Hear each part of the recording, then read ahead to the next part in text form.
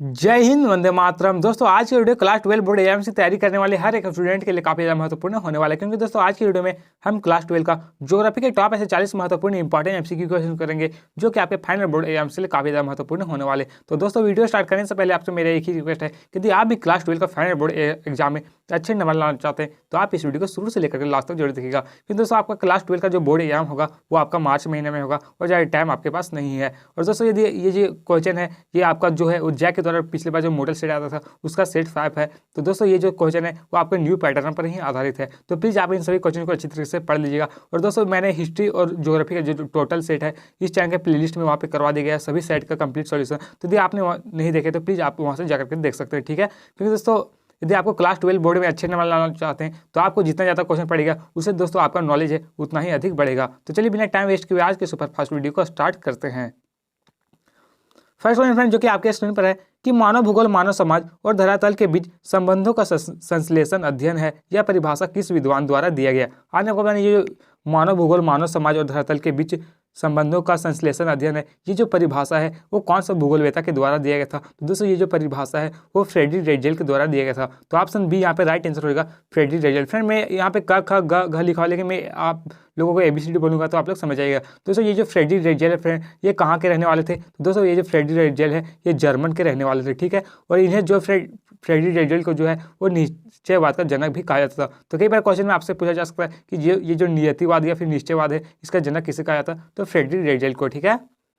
Number 2 में देखिए कि नवनिश्चयवाद की संकल्पना किनके द्वारा प्रस्तुत की गई है। आपको बताना ये जो नवनिश्चयवाद संकल्पना है इसका जो प्रतिपादन है वो कौन सा भूगोलवेत्ता के द्वारा किया गया था। तो दोस्तों ये नवनिश्चयवाद है वो ग्रिफिथ टेलर के द्वारा दिया गया। तो ऑप्शन यहाँ पे ये राइट आंसर होगा ग्रिफिथ टेलर। ये कहाँ के रहने वाले फ्रेंड, तो इनका जो ये रहने वाले थे अमेरिका के, और इन्हें दोस्तों संभववाद का नवनिश्चयवाद का इन्हें जनक भी कहा जाता, ठीक है।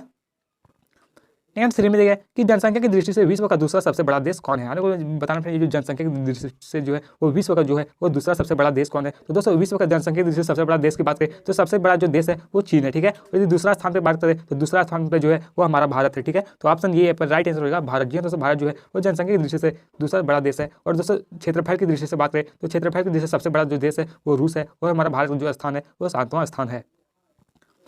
नियम 4 में ये है कि किस विद्वान ने अपने सिद्धांत में कहा था कि लोगों की संख्या खाद्य आपूर्ति की अपेक्षा अधिक तेजी से बढ़ेगी। आपको ये जो कौन सा विद्वान के द्वारा ये जो कथन है वो कहा गया था। तो क्वेश्चन 4 का जो राइट आंसर है वो थॉमस माल्थन के द्वारा कहा गया था। जी हाँ दोस्तों थॉमस माल्थन ने ही कहा था कि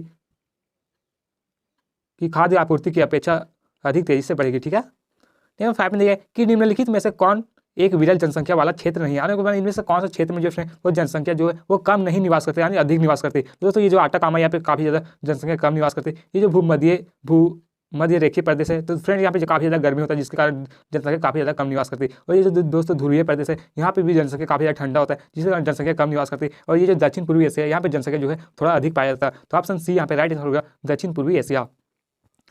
नियम 6 में दिया गया कि निम्नलिखित में से कौन सा एक प्रतिकर्ष कारक का उदाहरण नहीं है। हमने आपको इनमें से कौन सा जो है वो प्रतिकर्ष कारक का उदाहरण है। दोस्तों प्रतिकर्ष और अपकर्ष कई बार क्वेश्चन में पूछा जाता है। दोस्तों अपकर्ष के अंतर्गत जो आता है वो जनसंख्या जो है आकर्षित होकर के आते हैं, और प्रतिकर्ष में जो है वो जनसंख्या मजबूरी में कोई भी व्यक्ति अपने घर को मजबूरी में छोड़ता है। तो यहाँ पे पूछा गया कि इनमें से कौन सा जो है वो प्रतिकर्ष कारक नहीं है, यानी तो यहाँ पे अपकर्ष पूछा। दोस्तों बेरोजगारी होगा तो ये प्रतिकर्ष कारक का अंतर्गत है, क्योंकि दोस्तों कोई भी देश में बेरोजगारी आता है तो वहाँ पे जो लोग हैं वो मजबूरी में घर को छोड़ते हैं। शैक्षिक सुविधा अच्छा नहीं होगा, शैक्षणिक सुविधाएं शिक्षा सुविधा अच्छा नहीं होगा तो आप मजबूरी में छोड़ेंगे। चिकित्सा की अच्छी से यानी मेडिकल फैसिलिटी अच्छी नहीं होगी तो मजबूरी में घर छोड़ेंगे। लेकिन ये जो दोस्तों जलवायु जो है वो यहाँ पे राइट आंसर होगा। जो जलवायु जो है वो प्रतिकर्ष कारक के अंतर्गत नहीं आएगा, ठीक है। तो ऑप्शन ये यहाँ पे राइट आंसर हो जाएगा। नेक्स्ट 7 दिया है जो कि काफी वीवीआई क्वेश्चन है कि निम्नलिखित में से किस आयु वर्ग के लोगों को कार्यशील जनसंख्या कहते हैं। इनमें से कौन सा आयु वर्ग के लोगों को जो है वो कार्यशील जनसंख्या कहा जाता है। दोस्तों राइट आंसर हो जाएगा 15 से 59 वर्ग के आयु लोगों को जो है वो कार्यशील जनसंख्या कहा जाता है, क्योंकि यही जो उम्र है यही इसी उम्र में जो दोस्तों अधिक लोग जो है वो कार्यशील काम करते हैं। तो 15 से 59 आयु वर्ग राइट आंसर हो जाएगा। नेक्स्ट 8 में देखिए कि भारत में साक्षरता दर निर्धारण हेतु कितने वर्ष से अधिक आयु वाले जनसंख्या को शामिल किया जाता है। ना ये भारत में जो साक्षरता दर है कोई भी व्यक्ति कब साक्षर कहलाता है वो आपको बताना कितना वर्ष हो जाएगा तो उसको साक्षर समझा जाएगा। तो ऑप्शन सी यहाँ पे राइट आंसर होगा 7 वर्ष। यहाँ तो भारत के अनुसार देखा जाए तो 7 वर्ष या 7 वर्ष से अधिक का वो व्यक्ति जो लिखना पढ़ना जानता है उससे साक्षर समझा जाता है। तो ऑप्शन सी यहाँ पे राइट आंसर होगा 7 वर्ष। नेक्स्ट 9 में दिया गया कि निम्नलिखित में से किस देश का लिंगानुपात विश्व में सर्वाधिक है। आने वाले इनमें से कौन सा देश का लिंगानुपात जो है वो प्रति 1000 पुरुषों पर स्त्रियों की संख्या सबसे अधिक है, वो आपको बताना है। दोस्तों सबसे अधिक लिंगानुपात की बात करें तो सबसे अधिक लिंगानुपात जो है वो लैटविया का है, तो ऑप्शन ये यहाँ पे राइट आंसर होगा लैटविया। और यदि बात करें फ्रेंड कि सबसे कम लिंगानुपात कौन सा देश का है, तो सबसे कम लिंगानुपात जो है वो संयुक्त अरब अमीरात का है, ठीक है। और भारत का लिंगानुपात कितना फ्रेंड, आपको कमेंट बॉक्स में कमेंट करके जरूर लिखना है कि जो भारत का औसत लिंगानुपात 2011 की जनगणना के अनुसार कितना है, आपको जरूर कमेंट बॉक्स में कमेंट करके जरूर लिखेगा। नहीं 10 में देखिए कि मानव विकास की अवधारणा किस अर्थशास्त्री द्वारा प्रस्तुत किया गया था। ये जो मानव विकास की अवधारणा जो है ये कौन सा अर्थशास्त्री द्वारा दिया गया था, तो दोस्तों ये जो मानव विकास की अवधारणा है ये डॉक्टर महबूब उल हक के द्वारा दिया गया था, तो ऑप्शन यहाँ पे डी राइट आंसर होगा डॉक्टर महबूब उल हक, ठीक है। नेक्स्ट 11 में कि 1990 ईस्वी में कौन सा संगठन मानव विकास प्रतिवेदन प्रकाशित कर रहा है। इनमें से कौन सा जो है वो मानव विकास जो है 1990 में प्रकाशित कर रहा है, तो दोस्तों यहाँ पे जो राइट आंसर है वो संयुक्त राष्ट्र विकास कार्यक्रम, यानी ऑप्शन दोस्तों सी यहाँ पे राइट आंसर हो जाएगा, ठीक है। नेक्स्ट 12 में देखा फ्रेंड कि विश्व में किस देश द्वारा सकल राष्ट्रीय प्रसन्नता यानी GNH को देश की प्रगति का आधिकारिक माप घोषित किया गया, तो क्वेश्चन 12 का जो राइट आंसर है वो जो ऑप्शन सी भूटान, जी हाँ तो भूटान को घोषित किया गया, तो ऑप्शन सी यहाँ पे राइट आंसर हो जाएगा। अगला 25 में 13 में जो कि काफी महत्वपूर्ण क्वेश्चन आपके एग्जाम के लिए कि मानव विकास प्रतिवेदन 2020 के अनुसार भारत का कौन सा स्थान है। ये मानव विकास सूचकांक के अनुसार जो है वो 2020 में जो है भारत का कौन सा स्थान था, तो 2020 में जो है भारत का 131वां स्थान था, तो ऑप्शन बी यहाँ पे राइट आंसर होगा 131वां स्थान। और यदि बात करें सबसे अधिक कौन सा देश का था, तो दोस्तों सबसे अधिक जो फ्रेंड वो नॉर्वे का था, ठीक है। और यदि भारत में बात करें तो भारत में सबसे अधिक मानव विकास सूचकांक वाला देश राज्य कौन सा है, तो केरल। 14 में कि इनमें से कौन प्राथमिक क्रिया के अंतर्गत आता है, ना इनमें से कौन सा जो है वो प्राथमिक क्षेत्र के अंतर्गत आता है, तो दोस्तों 14 का जो राइट आंसर है वो जो है खनन, जी दोस्तों खनन जो है वो प्राथमिक क्रियाकलाप के अंतर्गत आता है, तो ऑप्शन बी यहाँ पे करेक्ट आंसर हो जाएगा। नेक्स्ट 15 में देखिए फ्रेंड कि आदिकालीन निर्वाह कृषि को इंडोनेशिया में किस नाम से जाना जाता है, ना जो आदिकालीन निर्वाह कृषि है इसको इंडोनेशिया में जो है वो कौन सा नाम से जाना जाता है, तो दोस्तों इंडोनेशिया में जो है वो लंदांग के नाम से जाना जाता है, तो ऑप्शन सी यहाँ पे राइट आंसर हो जाएगा, ठीक है। नेक्स्ट 16 में देखिए कि कौन सी कृषि प्रणाली भारत में यूरोपीय लोगों द्वारा शुरू किया गया था, इनमें से कौन सा कृषि प्रणाली जो है वो भारत में जो है वो यूरोप देश के द्वारा स्टार्ट किया गया था, वो आपको बताएं। दोस्तों क्वेश्चन में 16 का जो राइट आंसर है वो रोपन कृषि प्रणाली, जी हाँ दोस्तों रोपन कृषि प्रणाली जो है वो भारत में जो है वो यूरोपीय लोगों के द्वारा शुरू किया गया था, तो ऑप्शन ये यहाँ पे राइट आंसर होगा रोपन कृषि, ठीक है। नेक्स्ट 17 में देखिए कि अंगूर की कृषि किस क्षेत्र में की विशेषता है, ये अंगूर की कृषि है वो कौन सा क्षेत्र के अंतर्गत आता है, कौन सा क्षेत्र में इसका उत्पादन किया जाता है। दोस्तों जो अंगूर की खेती है वो हमेशा भूमध्य सागरीय के अंतर्गत किया जाता है, भूमध्य सागर समुद्र के किनारे किया जाता है, तो ऑप्शन बी यहाँ पे राइट आंसर होगा भूमध्य सागरीय क्षेत्र में, ठीक है। अगर 18 में देखिए कि कौन सा देश पुष्प उत्पादन में विशिष्टीकरण रखता है, इनमें से कौन सा देश जो है पुष्प उत्पादन में जो है सो सबसे विशिष्टीकरण अधिक सबसे उत्पादन करता है, तो दोस्तों क्वेश्चन 18 का जो राइट आंसर वो होगा नीदरलैंड, जी हाँ दोस्तों नीदरलैंड जो है वो पुष्प उत्पादन में जो है सबसे अधिक उत्पादन करता है, तो ऑप्शन ये यहाँ पे करेक्ट आंसर हो जाएगा। नेक्स्ट 19 में कि सामूहिक कृषि को सोवियत संघ में किस नाम से जाना जाता है, ना ये जो सामूहिक कृषि है इसको जो ये सोवियत संघ में है वो कौन से नाम से जाना जाता है, तो दोस्तों सामूहिक कृषि को जो है वो सोवियत संघ में जो फ्रेंड्स कोल खोज के नाम से जाना जाता है, तो ऑप्शन ये यहाँ पे राइट आंसर होगा कोल खोज। अलग 20 में ये है कि फूलों की कृषि को क्या कहते हैं, ना ये जो फूलों की कृषि किया जाता है उसको क्या कहते हैं, दोस्तों फूलों की कृषि जो फ्रेंड वो फ्लोरिकल्चर कहा जाता है, तो ऑप्शन डी यहाँ पे राइट आंसर होगा फ्लोरिकल्चर। फ्रेंड्स यहाँ पे जितने भी क्वेश्चन बताया जा रहे हैं ये सभी क्वेश्चन आपके फाइनल बोर्ड एग्जाम के लिए काफी ज्यादा महत्वपूर्ण होने वाले, तो प्लीज आप इन सभी क्वेश्चन को अच्छी तरीके से याद कर लीजिएगा, ठीक है।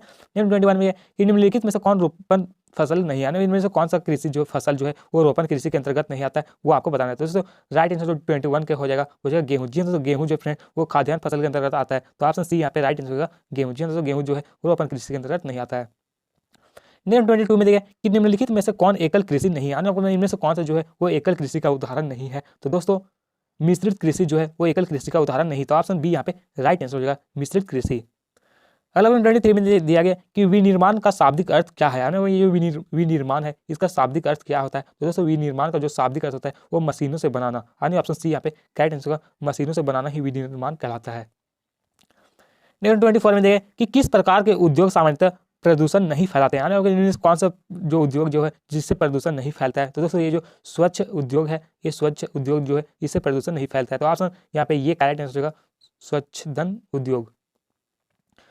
नेक्स्ट 25 में कि कौन सा उद्योग निर्माण की सबसे छोटी इकाई है, इनमें से कौन सा उद्योग जो है वो निर्माण की सबसे छोटी इकाई है, तो सबसे छोटी जो इकाई है वो कुटीर उद्योग होता है, तो ऑप्शन ये सी यहाँ पे करेक्ट आंसर होगा कुटीर उद्योग, जी तो कुटीर उद्योग जो है वो घर के लोगों के द्वारा ही किया जाता है, इसमें कार्यरत होता है, ठीक है।